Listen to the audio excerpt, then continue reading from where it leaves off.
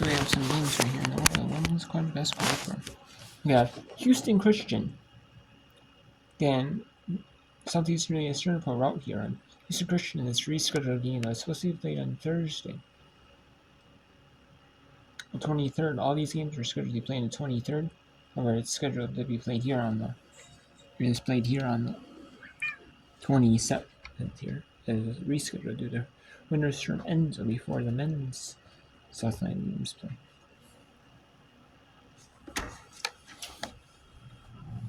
And it's kind of being played at a very odd time.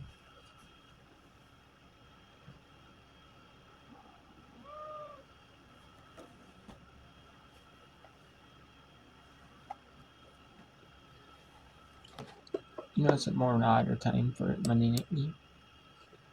We have Incorrect Warding, Houston or New Orleans, 57-55 with 56.7 cents. Between those two schools. We have Nichols and UT Rio Grande here. 49-43, Nichols leads UT the University of Texas at Rio Grande Valley. And we have Northwestern State 40-all with Lamar. Lamar is down bigger, just down big early. Now they've cut it and made a run here in the second and third quarters. Let's go to Houston Southeastern Louisiana. We're taking on Houston Christian for the final 2 minutes of this game. Southeastern Louisiana looks like they're going to go to 10-0, 16-3 in Southland Conference play. 10-0 and 16-3 overall. 10-0 is in Southland Conference. It could be them and Nichols. It's like the game. It'll obviously be the game between them and Nichols. Decides, the title could decide the Southland title for the regular season, and for conference as well. It could too.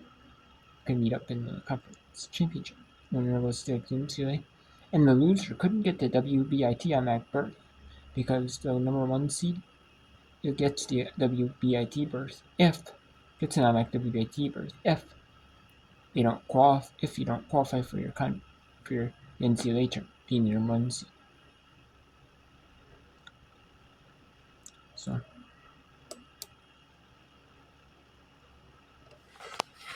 Coming out party was with 8,000 people in these stands at that LSU game last year.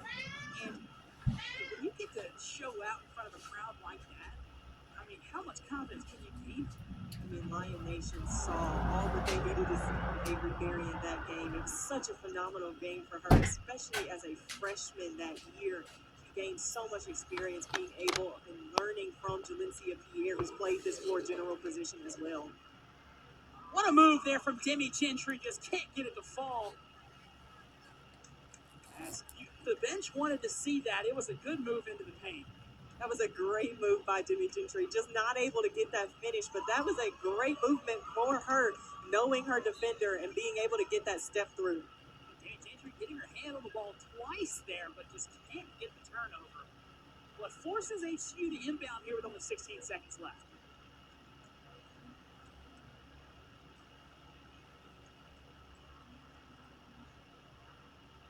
Defense there from Terry Crawford. Dixon passes into the paint.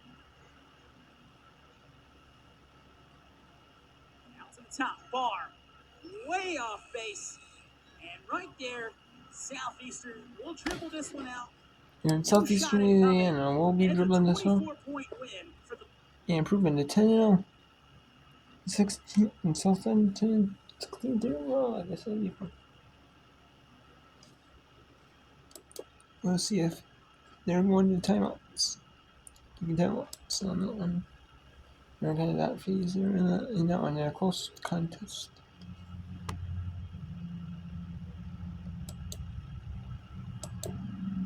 We have Nichols. UT Rio Grande, University of Texas at Rio Grande Valley, the closest one. UT Rio Grande Valley has to get some stops.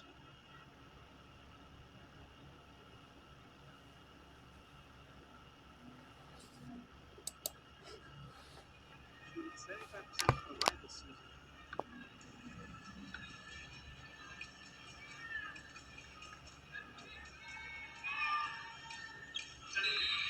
Second shot is good. Nichols leads by 10. It's their largest lead of the game, and the Colonels call a 30-second timeout.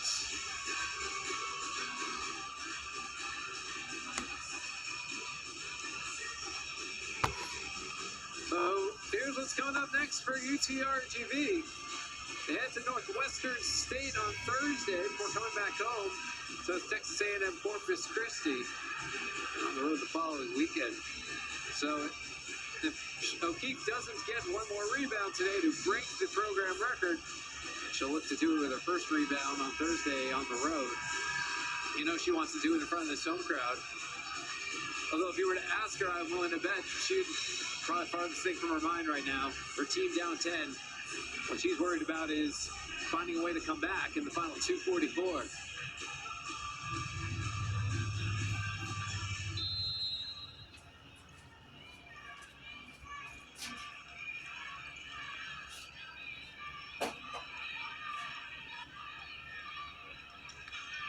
Hagarot. Jumper doesn't go. The rebound by Angiolette. Get it out to O'Keefe in the corner. Misses the three. The rebound pulled in by Brister. Here comes Nichols.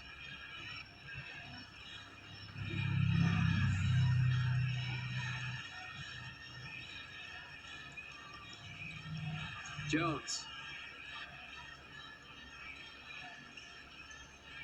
Over the wing, Brister. Time on the shot clock, 9. There's Jones. From baseline, hop, skip, and a shot knocked away by Lorenz. Trotter goes to the corner. Angiolette misses the three. It blew a whistle before a rebound could be pulled in. Get a foul on Hakarot. She's got 2.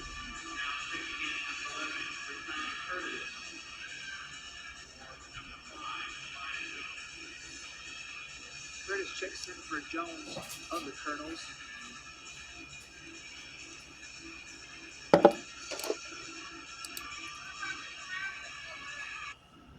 So let's go to Incarnell Ward and Lawrence here. 19.2 seconds left in that one. Third state is in the fourth quarter. In that one.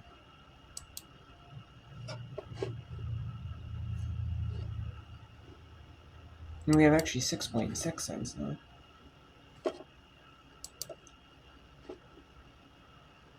We will go to time after these games. We will go to the score. So look at that.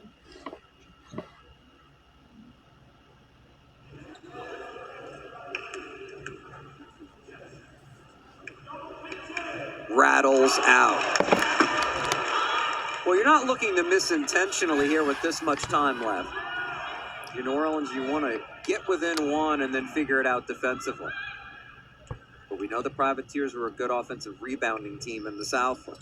And they'll get a chance here, but McCrary with the quick board and the Cardinal timeout. 6/10 came off the clock. And UIW will advance the ball surely into the front court. And that makes matters much tougher on the Privateers. UNO was 7 of 9 as a team before those 2 foul shots failed to drop. And now you have to be aggressive on the inbound to try to come up with a loose ball or steal. But don't allow anybody to get away from you to run more clock. New Orleans needing to extend this game as much as possible. If you're UIW, you just need to control the ball. And that means even allowing yourself to be tied up at least once. The possession arrow huge in favor of the women in black. We've got the steals leader in the conference, Calderon, out there as somebody who can make things happen. New Orleans trying to get matched up without guarding the inbound. Under Lusby. They set up Bell for the catch in the backcourt, and the foul comes with 4.6 to go by Washington. The ability to throw it in the backcourt after advancing the ball with the timeout means you shouldn't have a problem getting the ball in a situation like that. UIW did. Clearly they were comfortable getting the ball to Bell, who's just 1 of 9 shooting in the game. But she hasn't been to the line yet, where she is a strong 82%. And hits the first. The second one now huge. Doesn't bury New Orleans if she makes it, but comes close. It won't go. Rebound who? They gave UNO a quick time out there. Ellis did wind up controlling. But the Privateers got the miss they needed. And now it's pretty clear with 4.1 left. New Orleans needs a 3. Both teams with a timeout left now. And if you're UIW, every coach, every staff handles it differently. What do you want to do? Prevent the shot for 3 or not? When you can foul and put a team at the line to shoot 2, but the risks of that are known. If the player fouled is able to sell in the act, no matter how the play works out, it could be 3 free throws. You don't want to do that. You almost force everything inside the arc defensively if you can.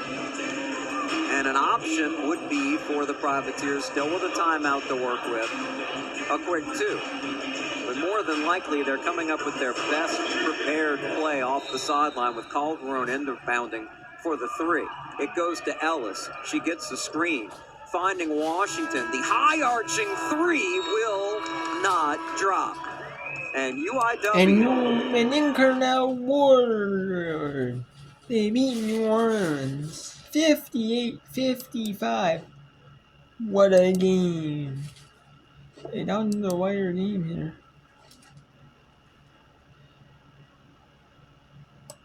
And we'll take a look here at the scores here for some of these games that have ended here.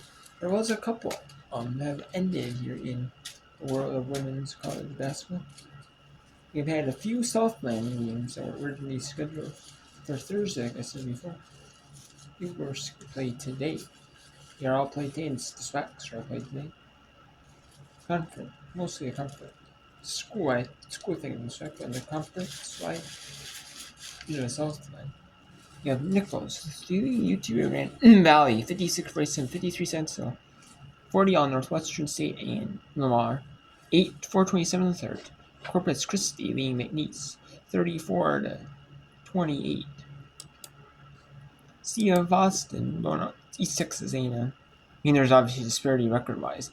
And even conference-wise, 5-4 versus 1. So, we have Texas Southern leading Alabama State, 12-4. Texas Southern is 6-0 in the SWAC. They are behind Southern, a game in the Southern Rich is a game behind the SWAC, 5-1, and same with Jackson State, 5-1. Southern Mississippi Valley State is down 15-4 to Southern. Texas Southern, the Alabama State, 12-4. We have Purdue leads Alabama 14-9 in that one. So.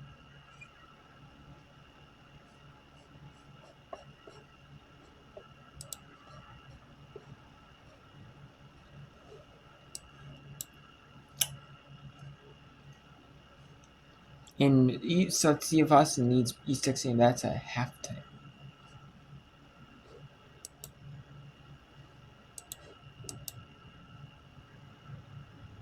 We'll wrap up the rest of UT Nichols and UT Rio Grande Valley.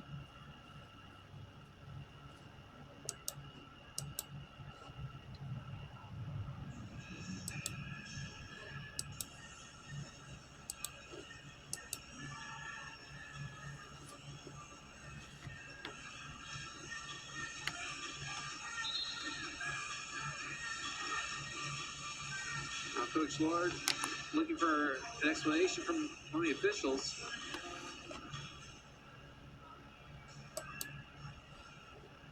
So Craig gets another try. She hits this one.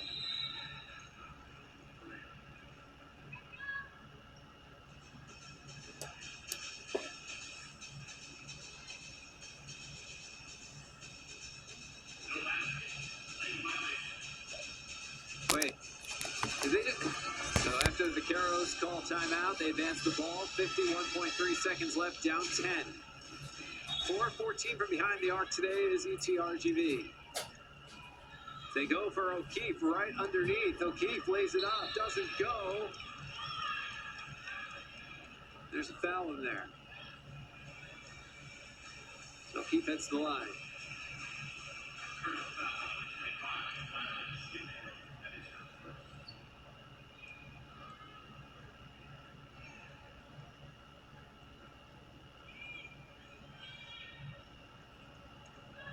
Bounces out.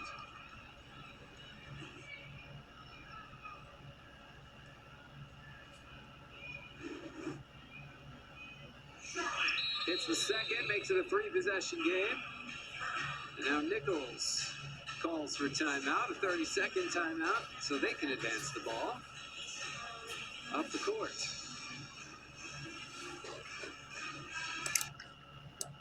So you're in timeouts right now, so let's go to Lamar surviving right now over Northwestern State, 49-46. Under 5 minutes to go. Under 6, just under 6. Oh, again! And Northwestern State's got to call a timeout here, and they will. And they will. They'll call a timeout, so let's go back to UT Urban Valley hosting the Nichols. DC Texas A&M Corpus Christi has a third-quarter lead against Nichols. Back to action now, as Swift inbounds it, and a quick foul as Brister only heading to the line.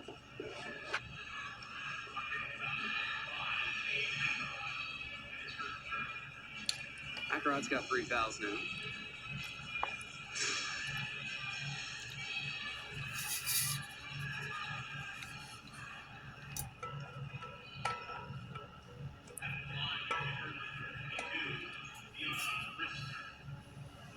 Deanna Brister lead the Colonels in free throw percentage, a respectable 80% so far this season.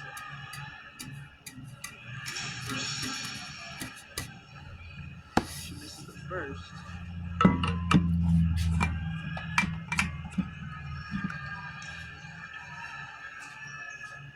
Second one doesn't go either. Hackerot gets the rebound, and UTRGV calls timeout so they can advance the ball once again. 46.2 seconds remaining.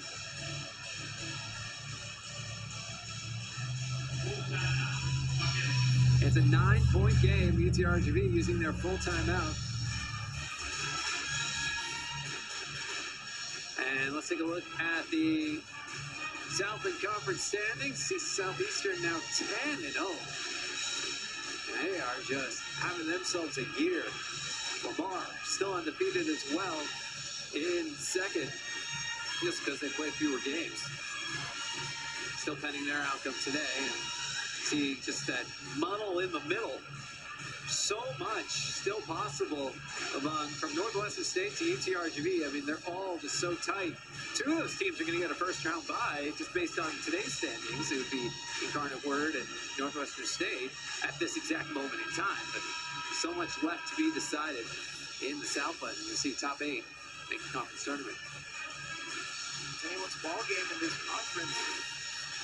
It'll be a tell to see how it ends with a couple of games remaining.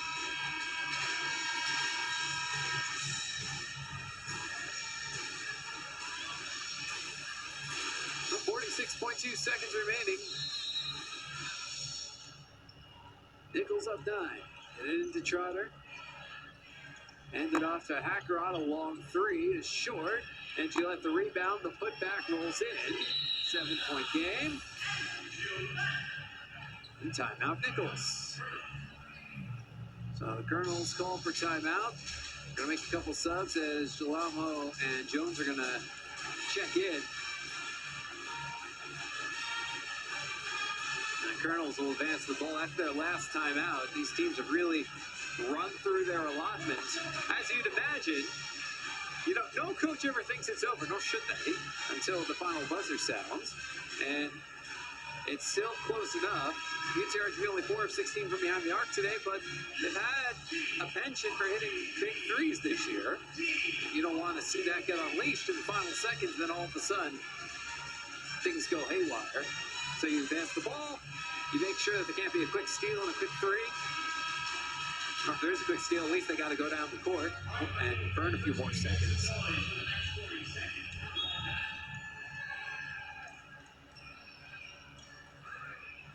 Inbound is stolen by Hackerot.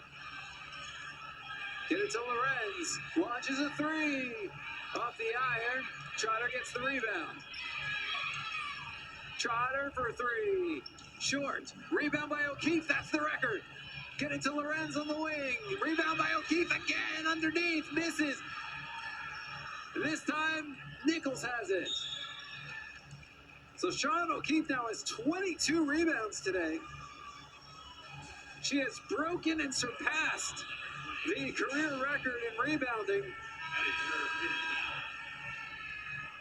Approaching the single season record, and she now has the career record. Congratulations to Charlotte O'Keefe.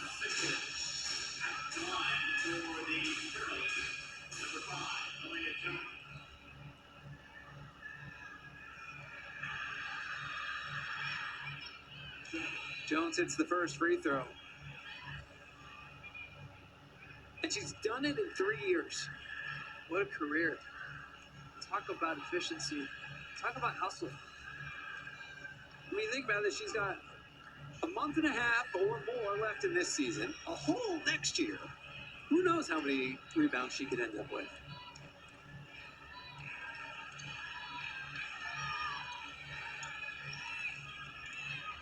Trotter for three.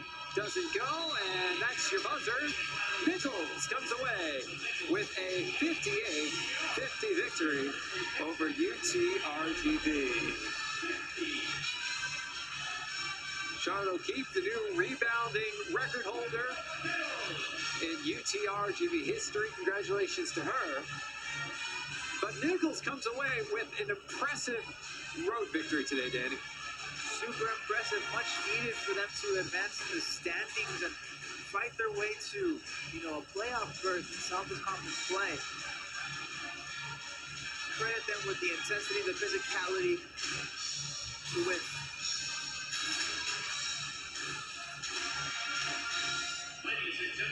We will hear from Emily's star of the game momentarily.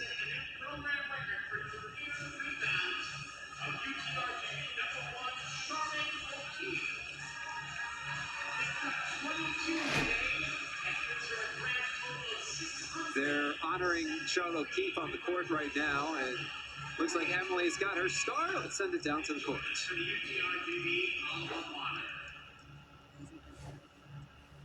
Thanks, guys. I'm here with the player of the game, Bertaya Curtis. Bertaya, your team kept fighting, was able to get out the win tonight. How are you feeling?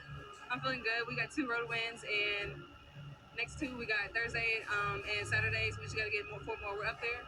We're trying to get to number 1, and today's win is a step further, closer to it.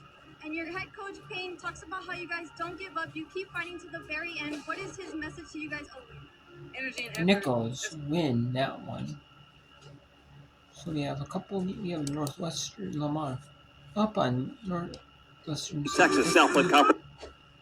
549. That one.